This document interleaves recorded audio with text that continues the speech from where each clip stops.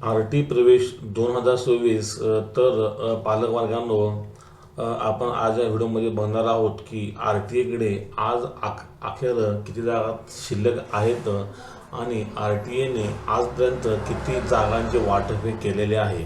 तर चला पालक वर्गांनो, आपण व्हिडिओला सुरुवात करूया. तर सर्वप्रथम आपण इथे आर.टी.एच्या डॅशबोर्डवरती यायचं आहे. इथे आपण बघू शकत आहात की जे काही टोटल नंबर ऑफ ॲप्लिकेशन होते, हे टोटल नंबर ऑफ ॲप्लिकेशन हे 2,89,286, म्हणजे एकूण अर्ज हे आर.टी.एकडे 2,89,286 प्राप्त झालेले होते. आणि या अर्जाच्या अगेन्स्ट 1,05,811 जागा होत्या.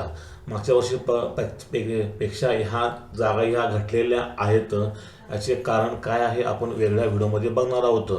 तर जवळपास निम्म्यापेक्षा कमी जागा जे काही अर्ज आले आहेत त्या अर्जापेक्षा निम्म्यापेक्षा कमी जागा ह्या आर.टी.एकडे उपलब्ध आहेत. म्हणजे जवळपास एका अर्जासाठी सुरुवातीपासूनच एका जागेसाठी 3 पालक हे रांगेमध्ये उभे आहेत. तर आज अखेर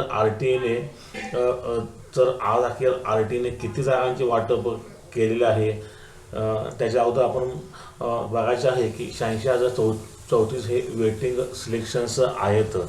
तर पहिल्या यादीमध्ये 79,463 पालकांना ही संधी मिळाली आहे.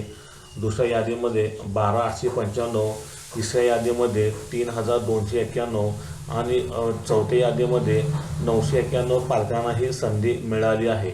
याचा सरळ अर्थ असा आहे की आज अखेर आर.टी.एकडे फक्त 9,200 जागा शिल्लक आहेत आणि आर.टी.एने आजपर्यंत 96,640 जागांचे वाटप हे केले गेलेले आहे. तर इथे आपण परत एक आर.टी. 2026-27 स्टेटस बघायचं आहे. तर या स्टेटस बघायला आपणास कळून जाईल की जे चौथ्या यादीमध्ये किती जणांना लॉयल्टी लागली होती. तर चौथ्या यादीमध्ये 2,031 जणांना लॉटरी ही लागलेली होती आणि 991 हे ॲडमिशन झालेले आहेत.